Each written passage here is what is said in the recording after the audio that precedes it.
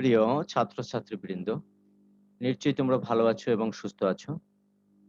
তোমাদেরকে আমি গত কয়েকটা ক্লাসেই ত্রিকোণমিতি, সংযুক্ত কোণের ত্রিকোণমিতিক অনুপাত 7B চ্যাপ্টারটা নিয়ে আলোচনা করেছি। আজকে পরের চ্যাপ্টার অর্থাৎ 7C চ্যাপ্টার নিয়ে আলোচনা করব। লক্ষ্য করো, যদিও এই সূত্রগুলো আমি ইতিপূর্বেই অর্থাৎ যখন আমি ত্রিকোণমিতি শুরু করেছিলাম তখন সকল সূত্রগুলোই লিখে দিয়েছিলাম। তথাপিও আজকে এই চ্যাপ্টারে যে কয়টা সূত্র প্রয়োজন সেগুলো আবার তোমাদেরকে আমি একটু বোঝানোর চেষ্টা করছি। দেখো, এই চ্যাপ্টারের প্রয়োজনীয় সূত্রাবলী কি আছে? sin c plus sin d।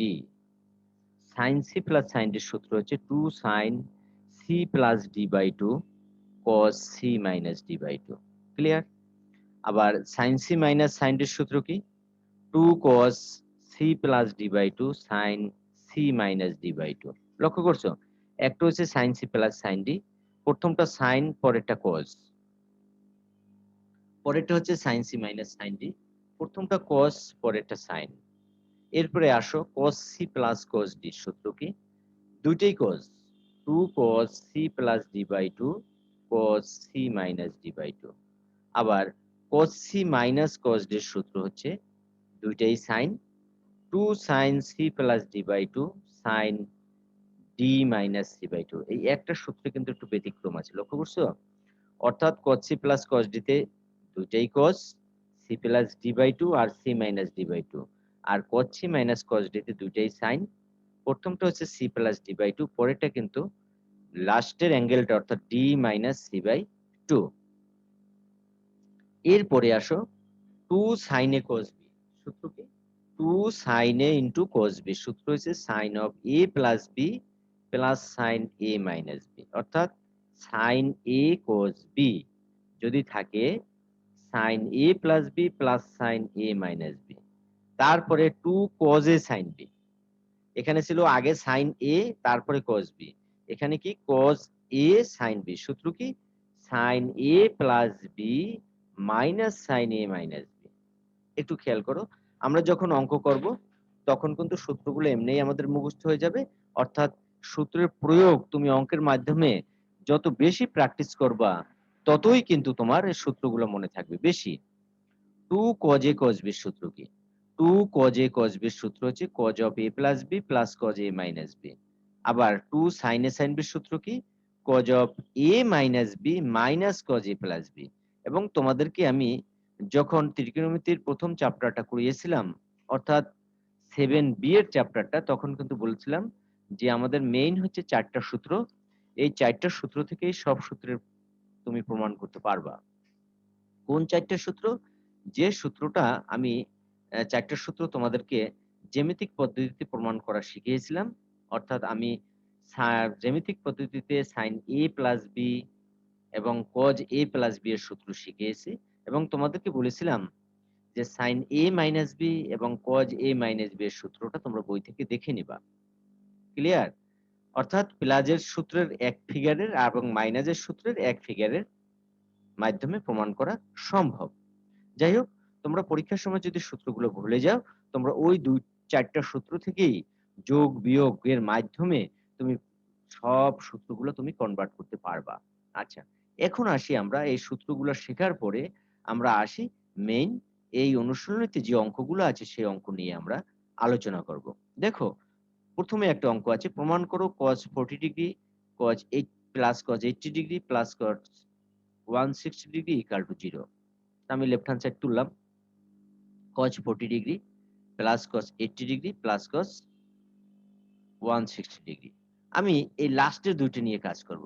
দেখো, cos 40 ডিগ্রি যেটার অ্যাঙ্গেল বড় সেটাকে আমি আগে ধরছি, cos 160 degree plus cos 80 degree.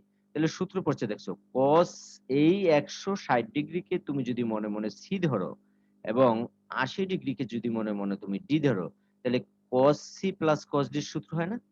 দেখো, আমরা কিন্তু এখানে লিখে দিছিলাম cos c plus cos d এর সূত্র হচ্ছে 2 cos c plus d by 2 cos c minus d by 2। আমি এই সূত্র অ্যাপ্লাই করছি। দেখো, 2 cos c plus d, c মানে কত? 160 plus 80 by 2 cos 160 minus 80 by 2। 160 আর 80 যোগ করলে কত হয়? 240। 240 কে যদি তুমি 2 দ্বারা ভাগ করো কত হবে? 120 ডিগ্রি। আর 160 থেকে 80 যদি বিয়োগ করো তাইলে কত হবে? 80। 80 কে যদি 2 দ্বারা ভাগ করো তাইলে হবে 40 ডিগ্রি। এখন cos 120 ডিগ্রির মান তোমরা জানো নিশ্চয়ই, ক্লাস তোমরা 9 থেকে শিখে আসছো। cos 120 ডিগ্রির মান হচ্ছে -1/2, তাই না? cos 120 ডিগ্রির মান কত? -1/2। আমি সেটা লিখছি -1/2। তাহলে এই 2 আর এই 2 কাটা যাচ্ছে। তাহলে এখানে থাকে প্লাসে মাইনাসে মাইনাস, তার মানে এখানে থাকে কত? cos 40 degree minus cos 40 degree. তাহলে cos 40 ডিগ্রি আর cos 40 ডিগ্রি কি হয়? কাটা যায়। তার মানে কি? 0। এইটাই কিন্তু আমাদের রাইট হ্যান্ড সাইড, তাই না? তাহলে মানে কি আমাদের কিন্তু প্রমাণটা হয়ে গেল রাইট হ্যান্ড সাইড। এটা কোন সূত্রে এপ্লাই করে করলাম আমরা? cos c plus cos d সূত্রে এপ্লাই করে করলাম। ক্লিয়ার? তোমরা কি বুঝতে পেরেছো? অবশ্যই। যদি না বুঝতে পারো তাহলে কিন্তু তোমরা অবশ্যই কমেন্টে জানাবা, অথবা তোমরা ফোন করবা যে, "স্যার এই ক্লাসটা বুঝতে পারিনি। আবার একটু পরবর্তী ক্লাসে রিভিউ করেন।" আমি কিন্তু রিভিউ করার চেষ্টা করব। কারণ তোমাদের প্রয়োজনেই আমরা সকল শিক্ষকই যার, যার অবস্থান থেকে এই ক্লাসগুলো দিয়ে দিয়ে থাকি। অতএব তোমরা যাতে উপকৃত হও, তোমরা যাতে বাসায় বসে কলেজের কার্যক্রমকে পুষিয়ে নিতে পারো, সেইজন্যই কিন্তু এই অনলাইন ক্লাস। যাই হোক, পরবর্তী অঙ্ক দেখো। প্রমাণ করো sin 18 degree plus cos 18 degree equal to √2 cos 27 degree. লক্ষ্য করো, এখানে যদি এইটা cos থাকতো, এই সাইনটাকে cos থাকতো তাহলে কিন্তু আমি করতে পারতাম cos c plus cos d। অথবা এই cos টা যদি sin থাকতো তাহলে আমি লিখতে পারতাম sin c plus sin d। কিন্তু এমন কোন সূত্র আমাদের আবিষ্কার হয়নি যে sin c plus cos d, অর্থাৎ একই জিনিস থাকতে হবে। এখানে sin থাকলে এখানেও sin, অথবা এটা cos হলে এটাও cos। তার মানে আমার আছে একটা sin আর একটা আছে cos। হয় আমি এই সাইনটাকে cos করব, অথবা এই cosটাকে আমরা sin করব। দেখো আমি কি করছি? লেফট হ্যান্ড সাইডে আমি লিখছি যে sin 18 degree plus cos 18 degree. এর পরবর্তীতে sin 18 degree plus cos 90 degree minus যদি 72 ডিগ্রি করো তাহলে কিন্তু এই 18 ডিগ্রি হয়। তাই না? তুমি এমন ভাবে ফার্স্ট লাইন থেকে সেকেন্ড লাইন লিখবা যাতে তুমি আবার সেকেন্ড লাইন থেকে ফার্স্ট লাইনে ফিরতে পারো। এখন যদি তুমি কোঅর্ডিনেট হিসাব করো, cos 90 ডিগ্রি মাইনাস থিটা। 90 ডিগ্রির সাথে কোনো কিছু তুলনা করলে cos হয়ে যাবে কি sin। তার মানে cos 90 ডিগ্রি মাইনাস থিটা, তার মানে আমাদের এটা ফার্স্ট কোয়াড্রেন্টে পড়ে। তাহলে cos 90 ডিগ্রি মাইনাস থিটা সমান হচ্ছে sin থিটা। থিটা কত এখানে? 72 ডিগ্রি। এখন তুমি এইটাকে মনে, মনে c ধরো আর এইটাকে d ধরো। তাহলে কত হবে? sin c plus sin d। সূত্র কি বলো তো? হ্যাঁ, আমি কিন্তু প্রথম সূত্রটা sin c plus sin d এর সূত্র হচ্ছে 2 sin c plus d by 2। দেখো 72 ডিগ্রি প্লাস 18 ডিগ্রি বাই 2। পরেরটা cos c minus d by 2। 72 degree minus 18 degree by 2। দেখো এই দুইটা যোগ করলে কত হয়? 90 ডিগ্রি। 72 যোগ 18 সমান 90 ডিগ্রি। 90 রে যদি 2 দ্বারা ভাগ করো 45 ডিগ্রি। বুঝতে পারছো? আর 72 থেকে যদি 18 বিয়োগ করো তাহলে কত হবে? 54 ডিগ্রি। মেবি ৮ আর ৪, হ্যাঁ 54 ডিগ্রি। 54 কে যদি তুমি 2 দ্বারা ভাগ করো তাহলে হবে 27 ডিগ্রি। এখন বলো তো sin ৪৫ ডিগ্রির মান কত? হ্যাঁ, sin ৪৫ ডিগ্রির মান হচ্ছে 1/√2। তার মানে এই 2 টাকে যদি তুমি পরবর্তী একটা লাইন বেশি করো, এই 2 টাকে যদি তুমি লেখো √2 ইনটু √2 ইনটু হচ্ছে 1/√2, তাহলে একটা √2 আরটা √2 কাটা যায়। তাহলে থাকে কি? √2 cos 27 ডিগ্রি। দেখো আমাদের প্রমাণে তাই আছে যে প্রমাণ করো যে cos sin 18 degree plus cos 18 degree equal to √2 cos 27 degree. কিন্তু আমাদের কিন্তু প্রমাণটা হয়ে গেছে √2 cos 27 ডিগ্রি। বুঝতে পেরেছো কি? আচ্ছা। আজকে আমাদের এই পরবর্তী অঙ্কটা এবং এইটা আমাদের লাস্ট অঙ্ক। দেখো খুবই ইম্পোর্টেন্ট অঙ্কটা, যে প্রমাণ করো tan ৪৫ degree plus theta by 2 tan ৪৫ degree minus theta by 2 equal to √2 cos theta minus 1 divided by √2 cos theta plus 1। দেখো আমরা যে সূত্রগুলো লিখেছিলাম সেখানে ছিল কিন্তু sin c plus sin d, sin c minus sin d, তারপরে cos c plus cos d, cos c minus cos d। এরপরে যে আবার 4টে সূত্র লিখেছিলাম সেখানে ছিল 2 sin a into cos a, 2 sin a into cos b। ঠিক আছে? দেখো আমি আবার একটু তোমাদেরকে রিভিউ করে দেই যে সূত্রগুলো আমরা কি লিখেছিলাম। দেখো এখানে সূত্রগুলো কি আছে? 2 sin a into cos b, 2 cos a into sin b, 2 cos a cos b, 2 sin a sin b, তাই না? কিন্তু আমাদের যে অঙ্কটা দেওয়া আছে সেখানে আমাদের যত সূত্রগুলো আমরা এপ্লাই করেছি বা সূত্রগুলো লিখেছি, সেখানে কিন্তু মেক্সিমাম সূত্রই সাইন এবং কজের। আমাদের কি এমন কোন সূত্র আছে tan c plus tan d অথবা tan c minus tan d অথবা 2 tan a into tan b, ঠিক আছে? এগুলো কিন্তু নাই।